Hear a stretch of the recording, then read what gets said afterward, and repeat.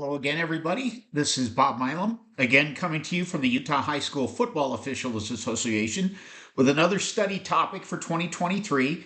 Today, we're going to cover the very basic concepts behind fouls and penalties.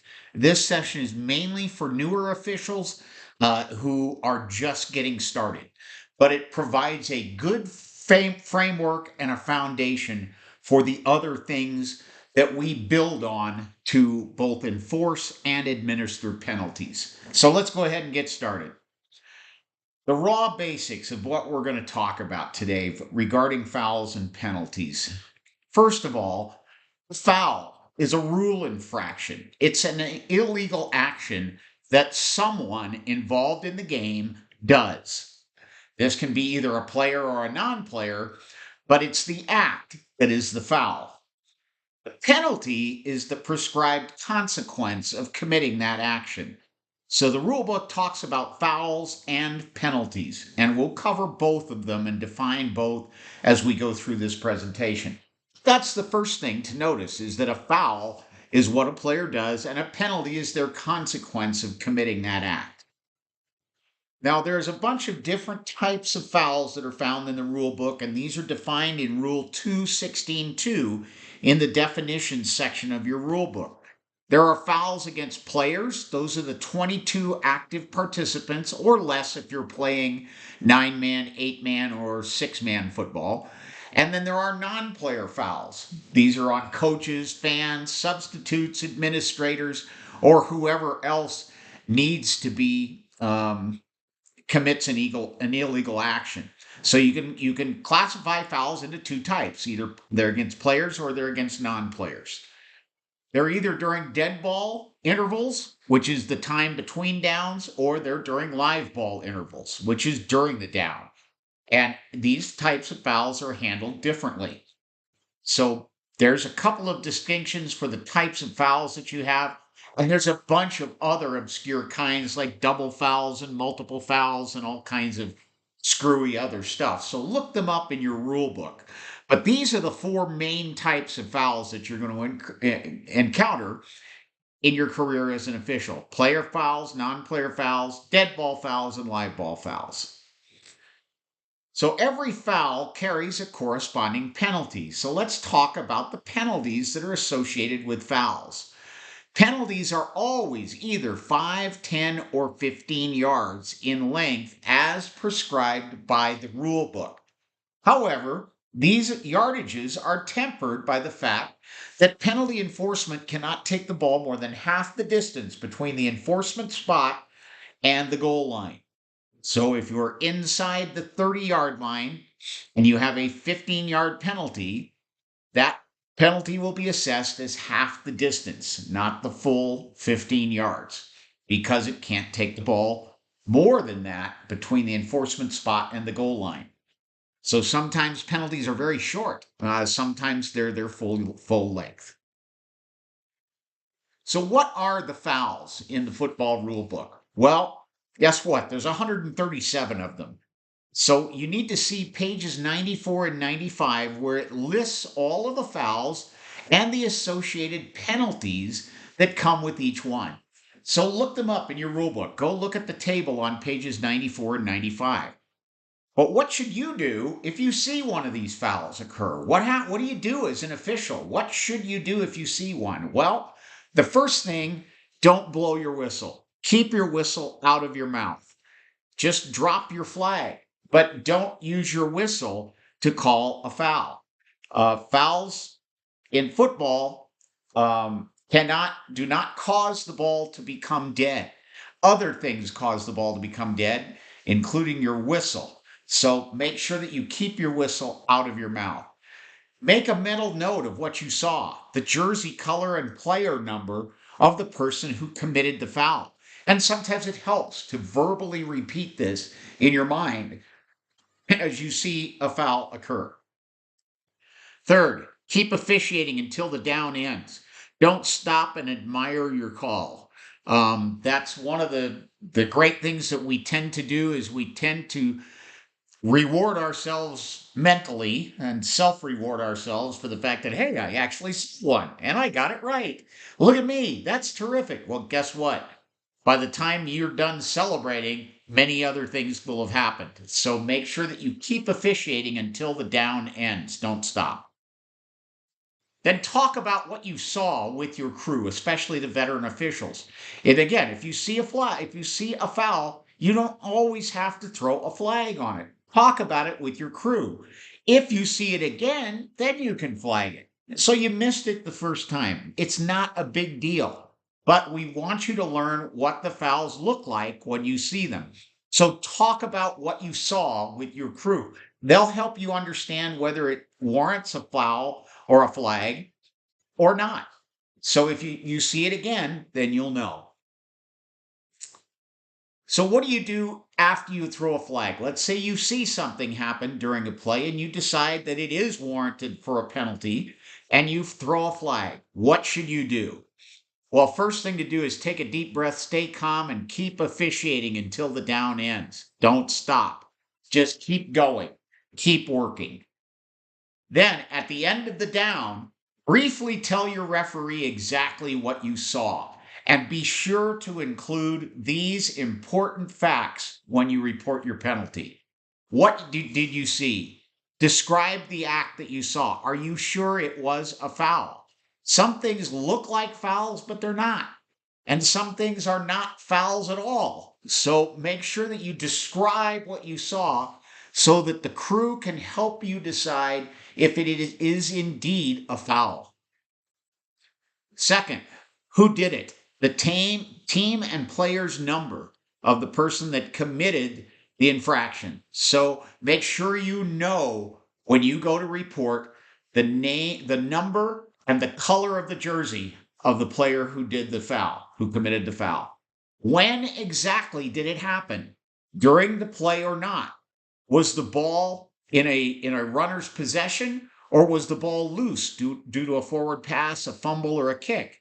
So when exactly did this foul happen? Was it before the ball was snapped? Was it after the ball was dead? Was it during the down? So make sure that you know exactly when that foul happened. Then you need to know exactly where did it happen? Which yard line did this foul happen on? Some fouls, this is very relevant to the enforcement. Others, it's not. So, but it's always helpful to know if it happened, what yard line did it happen at? And then finally, any other unusual information that you need to report, such as maybe this foul rose to the level of a flagrant foul and warrants an ejection, or there are other circumstances involved, or there's information that you don't have that you might need. So report anything else. Say, maybe you didn't see a part of the play. I can't tell whether or not the player's foot was actually inbounds or out of bounds. Can anybody help me to discern that? So any other unusual information. So that's step two. And as a young official, this is the most important things that you can do once you throw the flag and the play is over. Then, after you've done this, the referee will process this information and give you back information that you need to go back to your sideline and report on. It might be go find out what the coach wants to do. Does he want to accept or decline the penalty? Or it may be going over to tell the coach that this is a hold on player number 65 and here's what he did. Or it might be they're going to decline this foul and push it over to the kickoff or extra point. There's a number of a lot of different information choices that your referee could give you to take back to your sideline. So go back and report, and then assist the crew to administer the penalty. And during this entire process, always stay attentive. Just because the action of football stops during a dead ball does not mean that we stop as officials. Our work continues during this interval. So make sure that you stay attentive as the penalties are administered to help them administer it correctly as you understand it. And then if you don't understand it or you think there's a mistake that's been made, clarify it right then. Don't allow the mistakes to compound and grow as time goes on because they have a tendency to do that. So stay attentive during the dead balls. All right, well, what's a good way to learn this stuff fast?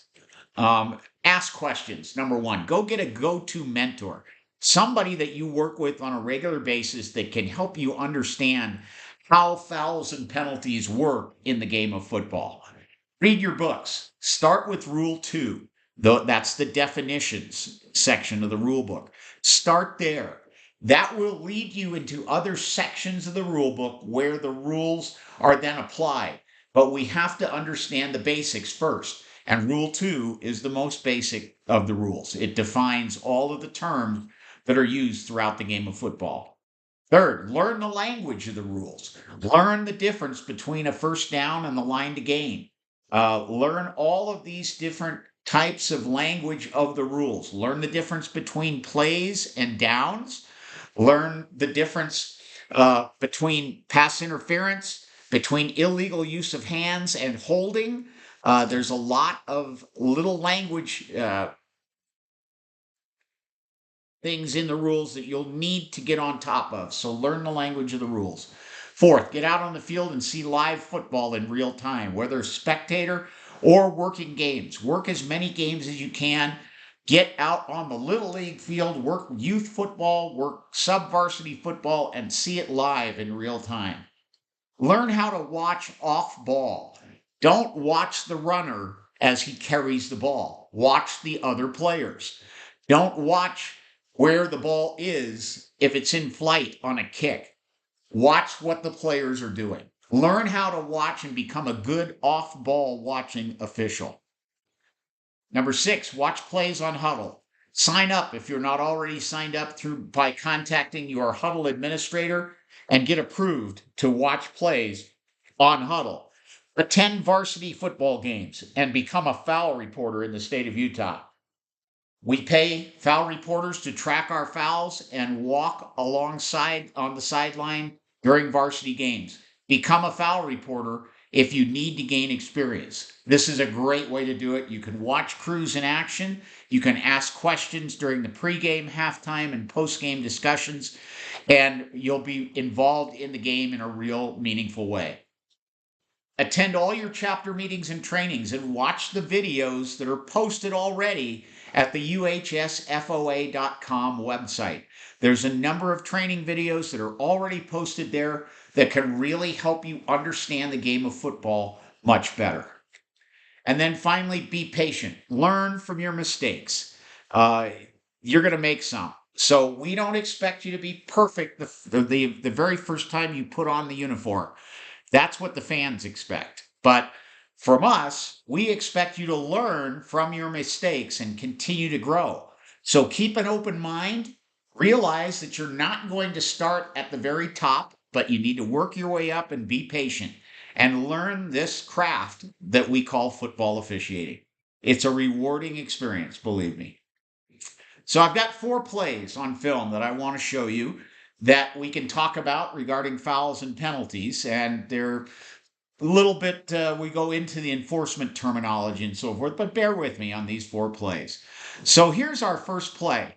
And for this play, I want you to watch the left defensive tackle. He's wearing number 54 in white, and he is going to be fouled by the offensive lineman. So this play starts 2nd and 11. We can see the box on the far side of the field, and we're on the A21-yard line. So our previous spot is the 21-yard line. The spot of the foul will occur right at the line of scrimmage, and as I mentioned, it will be a foul committed on the defensive player. The result of the play is a run that results in a loss of 3 yards. Let's take a look at the video, and hopefully you'll be able to spot the foul.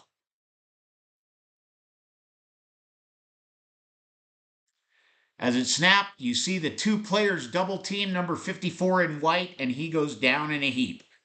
This is an illegal chop block. So let's watch it again, and I will stop it right when we get to the chop block. There it is right there. It's a combination low-high block. that causes the center goes low and the guard goes high, knocks number 54 down. So this is an illegal chop block, and it occurs during a live ball during a running play. So this is a live ball running play foul. Who commits the foul? Which team? Well, it's the offense. It's the guard in the center for the offense. And where is this foul committed? Well, it's committed right at the line of scrimmage. So our basic spot for penalty enforcement in this case is going to be the previous spot, which is the A21-yard line. This is a penalty the penalty that's carried by a chop block foul is a 15-yard penalty. However, since we're inside the 30-yard line, we will go half the distance back from the A21. So that's how the enforcement for this foul works. And the umpire, the man in the middle of the video screen right there, is the one that should be keying on this and see this foul occur. All right, play number 2. Now we're going to be 2nd and 9. We're on the A 36-yard line heading toward midfield. So that's our previous spot. The spot of the foul, though, is going to occur way down the field at the B 30-yard line. So way downfield. The result of the play is an incomplete pass. And see if you can spot the foul here as I play the clip. So as the offense comes up, they're going to snap from the 36-yard line, and I apologize that the video is a little bit choppy, but we'll get what we need out of it. So the quarterback drops back to pass. He throws the ball long down the field. The defender grabs the receiver's arm, and pass interference is called by the back judge. So what foul is committed? This is a foul called defensive pass interference. He restricted his arm and didn't allow him to catch the ball or move toward it. So when does this occur? This foul occurs while the ball's up in the air. So this is during a loose ball play. Who commits the foul? The defense does. And where do they commit the foul? What yard line? It's on about the 30-yard line. So that is well beyond the previous spot or beyond where we snapped the ball. So our basic spot for penalty enforcement here, again, is the previous spot. We will come back to the A36, and our enforcement will be a 15-yard penalty from the A36 forward for the team in red. I'm sorry, for the team in white. Play number 3. This time we're 2nd and 4 at the A36, so we're snapping from the 36-yard line. The spot of the foul will occur 5 yards beyond the line of scrimmage at the A41. The result of the play will be a run that will end on the 47-yard line. So let's watch the foul, and to watch this foul, you need to watch the wide receiver at the top of the screen who is straddling the 35-yard line. So watch that player. As this play happens, there's a swing pass and then a hold takes place at the 41-yard line. The runner moves forward, out to the 47, where he's tackled, and the play ends. So the foul that's committed is holding by the offense. It's during a running play. It's after the pass was caught. So we have a foul during a running play at the 41-yard line. Who commits the foul? It's the offense. Where is it committed? It's committed behind the end of the run, which is the basic spot in this case. So our basic spot is the end of the run because we have a foul beyond the line of scrimmage and the end of the play is also beyond the line of scrimmage. So we will penalize this from the spot, which of those two spots, either the 41 or the 47, that is closest to the previous spot. So our enforcement will be 10 yards back from the A41. Finally, the last play here, 2nd and 6 from the 48-yard line. The team in green has the ball. The spot of the foul is going to be way back behind the line of scrimmage at the A35. The result of the play is an incomplete pass. And what foul occurs here? See if you can spot it.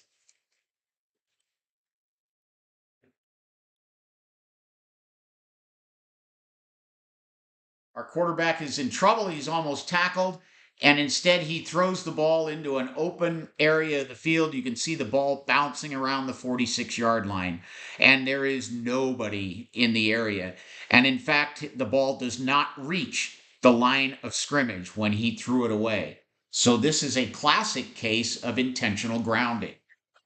This is a foul that occurs during a loose ball play because the pass makes it a loose ball play. However, who commits the foul? The offense does.